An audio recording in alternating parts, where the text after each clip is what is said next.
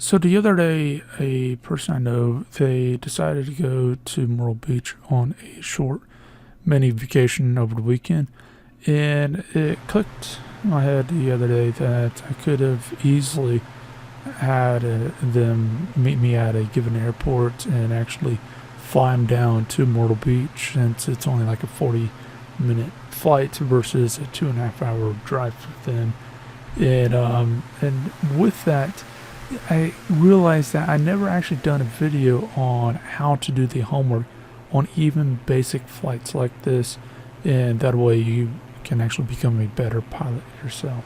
So first things first is I want to mention that I am not instrument rated, and if you are looking at getting your pilot's license in the United States, you may not know this, but everybody who gets their pilot's license, there is something called a VFR, Visual Flight Rules, and IFR. Everybody who gets their pilot's license, you're under VFR until you get a lot more training, pass a lot of tests. It's very, very, very difficult to do it all. But then you can become IFR. IFR, I'm going to get into the differences between VFR and IFR in a different video. And plus, I'm going to get into class airspace, how to tell between the actual airspaces. In the game, it really doesn't matter one way or another, but in real life, it definitely does matter. Plus a few other things I'll get into in a different video because that's a beast into itself. But I will mention this, that VFR has a lot of restrictions. So for example, right here, we can see that just taking a look right here, like say for example, you got 1,000 feet above, 1,000 feet below, and that horizontal. Well, the thing is Class G, you can see that you're able to go and have the minimum for visibility down to 1 statute mile. So that's 1 mile going straight. And a lot of pilots say a lot of these minimums are too low. Now, we're not asking for it to be increased, but a lot of pilots, what they do is, okay, take the number and double it or triple it type of situation. You know, if a clouds are, or let's just say, for example, 2,000 feet above you, yeah, you probably don't want to be stuck down at 1,000 feet level. Yeah, that's just, no. You probably want a thing to be a bit higher. So you probably want it to be 4,000 feet, 5,000 feet type of thing, above you type of situation, depending on how far and how high you're traveling. One big thing to note that a lot of people may not know is when you're traveling through VFR, you are not allowed to travel through clouds at all, except for emergencies. Emergencies trump everything, so, but outside of emergencies, you are not allowed to travel through clouds at all. It also should be noted that if you are doing VFR, you cannot travel above 18,000 feet. But it should also be noted, and something that is not really shown in the game, is above, I think it's like either 10 or 12,000 feet in the air, you need to have a pressurized cabin, or you need to be sucking on an oxygen tank, because there's just not enough oxygen when you get a certain height. So yeah, but I wouldn't recommend doing that anyway. So yeah, but the reason why I bring this up is you need to know this stuff in order to figure out, can you even fly that day? So if we take a look at sites like this, and I'll leave a link down below to all this stuff, we can actually see some information like the actual cloud coverage and stuff like that, at least what it thinks it's going to be. So in this case, we can see we're at 3,100 feet. So for a Class C airspace, I think it said 1,000 feet or something like that. And basically what we're looking at is 2,000 feet of altitude, which is not that high at all to get out of that area. So obviously we don't want to do that. And like right here where it's 2,000 feet, we, yes, technically could do whatever, but no, we wouldn't want to do that. We would want to wait at a different time. So this is where that comes into play is understanding how high is the cloud's going to be at the bottom. Now, with that, we can also take a look at the average wind speed, and that tells us what time is the most dangerous to take off or land.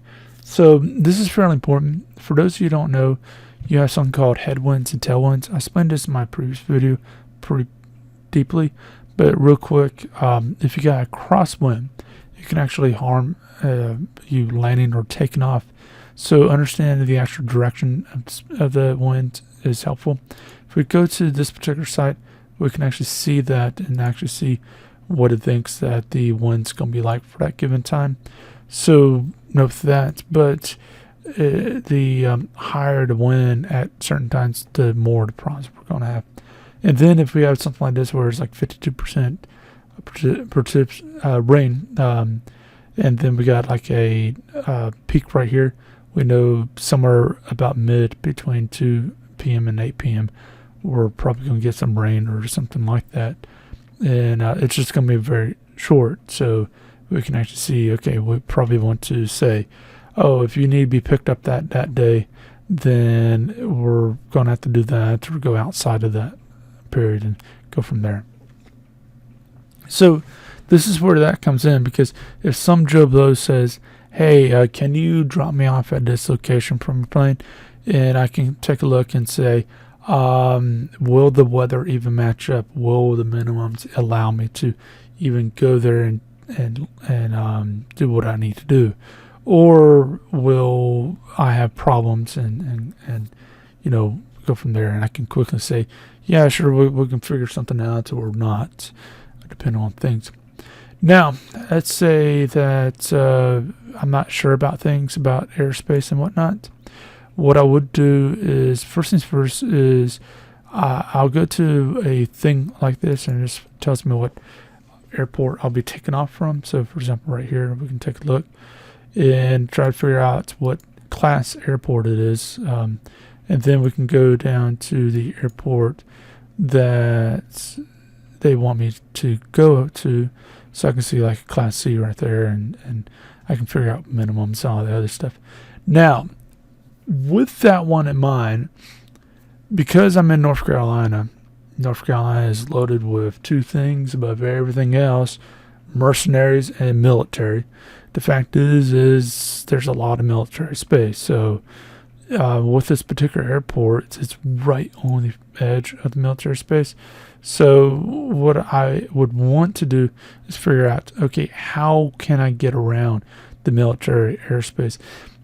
Technically we'll be fine. Don't really have to worry about things because we can, 99% of the time fly through it and no real problem. Sometimes you probably contact and find, oh, we got a problem. But for the most part, we should be fine in general speaking. My point is you still keep in mind, if you're close enough to the base, keep in mind, and that way you're not really screwed over with a F-18 ramming into the side of your plane. So note that, because for VFR, the tower doesn't have to tell the F-18 that there is a plane out there, and the plane doesn't have to tell the tower it is there, depending on the actual regulations and stuff like that, and what's going on. But it is smart to have some communication. And even still, and this is something that's not really simulated into the game itself, is you should be talking to the military bases still, so you ain't run into certain problems when they're doing their little exercises or something like that. Because I've seen it a few times where we're about to go war or battle or something like that, and for 10, 20, 30 minutes straight, you'll hear fighter jets going off and cargo planes and stuff like that going off out somewhere. So you don't want to be in the crossfire of all that and be on the news as the person who killed a bunch of military people because you decided to fly that day. So that's something that you may want to note when you're doing that, is figure out how to get around these areas and how to get down to the area that you need to as best and quickly as possible, while realizing the restrictions on the airspaces and other things. Again, in a different video, I can get into how to read this, and that way you'll understand all this a little bit better. But this is a little bit going to be already in depth than that. So let's say, for example, days come, and today I'm going to be taking off. So what I'll do is I'll pull up the weather reports for the place I want to land at and the place I want to take off from. The absolute first things I pull up. Reason why is if it doesn't hit the minimums, in my personal minimums or the legal requirements, then it's a no-go. I can just tell the person, hey, this is not going to work today or whatever, find a different way. Because, legally or safety, whatever. And, go from there. So with here, I can actually even see here what type of cloud system I can be. Like if I went there right now, I can see that, I need to be about 3,000 feet. And I should be fine, go from there. But for the most part, just go from there and I should be fine. Now, with that, I can take a look at my the airport I'll be picking them up from and go from there. But I also take a look at the wind. I take a look at the current wind and what is suspected. And the purpose of this is I can figure out which side of the runway I need to land on if I have the choice, and I can easily guide myself into whatever area. Following that is I need to take a look at the airports, especially the one I'll be landing at, but the airports. And this tells me when it's attended, the tower, the frequencies. This also tells me a few other things like the actual class, the airspace, class C. So I can see that's, it's whatever. And then I can see certain other things. Let's see if I can find it right here. So one thing that some people may not know is when you're flying out, darker times, either early in the morning, late in the day, or nighttime, you are obviously going to need lights. And even sometimes, certain times of the day, you're going to need lights. So on your radio, by clicking it a few times, you can get the actual system to do something. So if you're tuned into the right thing, you can click it 3 times to do low intensity lights, 5 times in 5 seconds for medium, and 7 times in 5 seconds for high intensity. So you can actually control the lights to help you land. The game doesn't actually represent this. It'd be kind of nice if it did, but unfortunately it doesn't. But in the real world, what I would do is I would actually have this printed off on what's called a knee pad. Get into that stuff much later, go from there.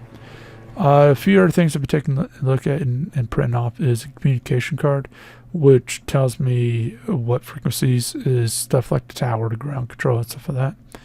And some of this other stuff I would take a look at and probably even print off to help navigate there and some of the other.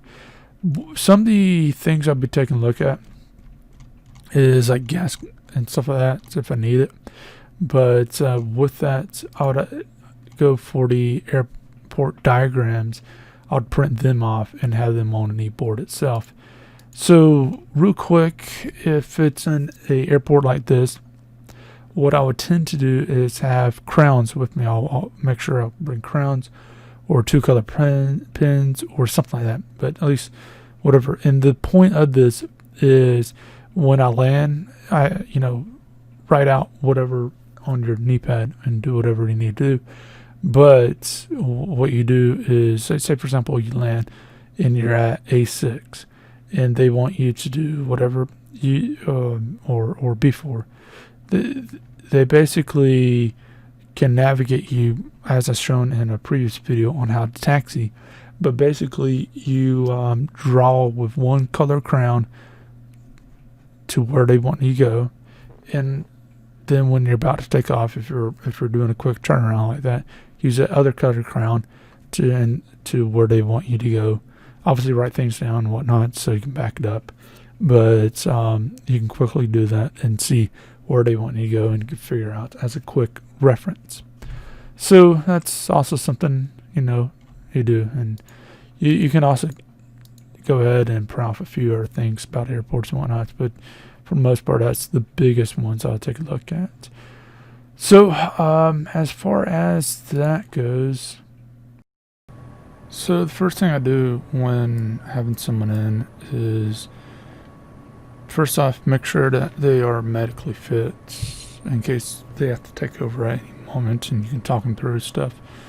But first things first, I just explain some basic stuff, and that way they know what they're in for. If they ask something like, hey, fly through that cloud or something like that, I tell them no. But one of the things I do when I try to find a path is I try to do something unique. And if we take a look at the map, is we can travel the coastline a little bit. And, as long as you're flying above a certain range, it should be all good. And basically, that way they get the sight of the coastline. And from there, what I do is basically explain, when I'm talking over radio, be quiet, stuff like that. And that way they don't run into any problems, they don't cause any problems. Following that, because this is the last go no-go area before takeoff, because once you're up in the air, you spend the fuel and whatnot. I do the final check on weather and whatnot in both the areas I'm taking off and also the area I'll be landing at, and that way I know what's what. And for the most part, the rest of it, I might ask them if they got any requests or whatnot. And within reason, something might be able to happen again, like travel along the coastline or just go directly there or something like that. Anyways, if you got any questions or anything else, then feel free to leave that in the comment section. And if you want me to check out a particular area within the game, then feel free to let me know and I'll see what I can do. Or if you want me to check out a different game, or you have some technology-based questions, feel free to leave that and I'll try and answer as quickly as possible. Leave a like, subscribe, share, and I'll see you next video. Hope you have a great day.